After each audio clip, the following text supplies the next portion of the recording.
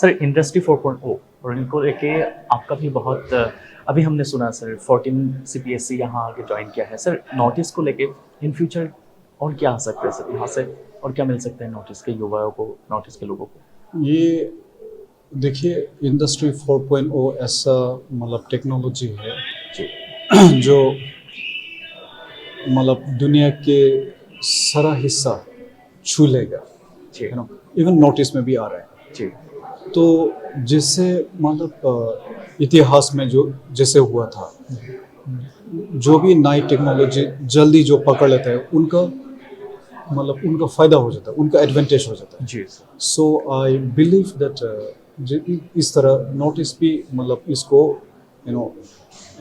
इसको जो ग्रहण करने में जी जल्दी से जल्दी होना चाहिए। जी सर फ़ायदा होगा, लाभ होंगे।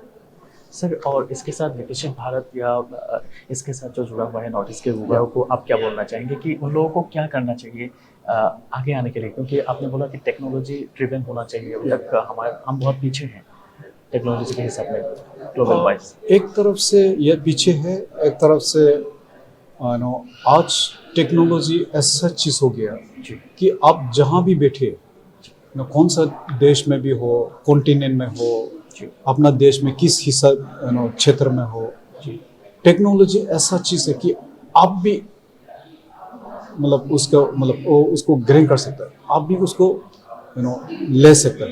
जी तो मैं ये समझता हूँ कि नॉर्थ ईस्ट भी ये जो नई टेक्नोलॉजी आ रहा है उसका कहीं लाभ उठा सकता है। जी और लेकिन ऐसा है कि नॉर्थ ईस्ट के लिए कुछ ऐसा चीज़ हो गया अपने लिए जो हम लोग कर सकते हैं। जी कहीं चीज़ अपने लिए मुश्किल होगा, जैसे अपना स्थिति हो, जी लेकिन अपना स्थिति हो, अपना यहाँ पे रिसोर्स क्या है, क्या कर सकता नहीं करता, उसके हिसाब से I know north east should develop like try to understand कि हम किस किस क्षेत्र में बढ़िया कर सकते हैं, वो चुन के उसी एरिया में आगे बढ़ना चाहिए, जो मेरा सोच है। जो हमारे पास है उसी के हिसाब से हमें आगे हाँ बढ़ना चाहिए। हाँ सो सर जैसे कि देखिए सेमीकंडक्टर के बाद हो गया या इंडस्ट्री भी असम में भी हो रहे हैं sir, along with sir advantage Assam 2.0 भी हो, एडवांटेज असम 2.0 भी हुआ है। हाँ। तो इसी हिसाब से सरकार भी काम कर रहे हैं, स्टेट गवर्नमेंट भी काम कर रहे हैं सेंट्रल से। एज ए आप सीनियर हैं फाइनेंस मिनिस्ट्री में, सबसे सीनियर हैं,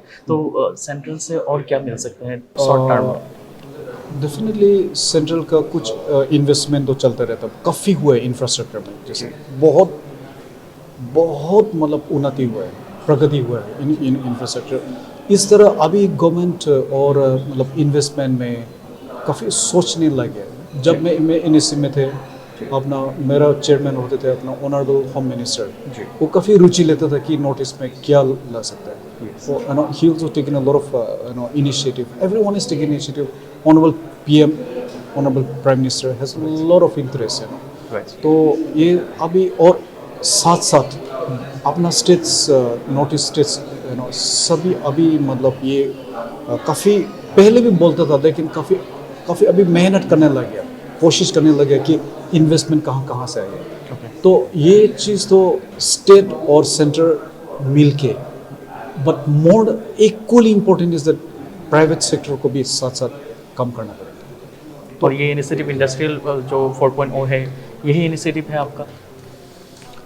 हाँ, या एक तो मैं today I am secretary department of public enterprises. Yes तो मेरा काम है with public sector. I can not really do much more outside, but north east में भी पब्लिक सेक्टर तो है जी एंड सब मिल के कम करने से देन फाइनली इसका जो लाभ होगा, इसका जो स्प्रेड होगा, वो नॉर्थ ईस्ट के जगह जगह पे मतलब हो सकता है। We are thinking we are planning in that sense.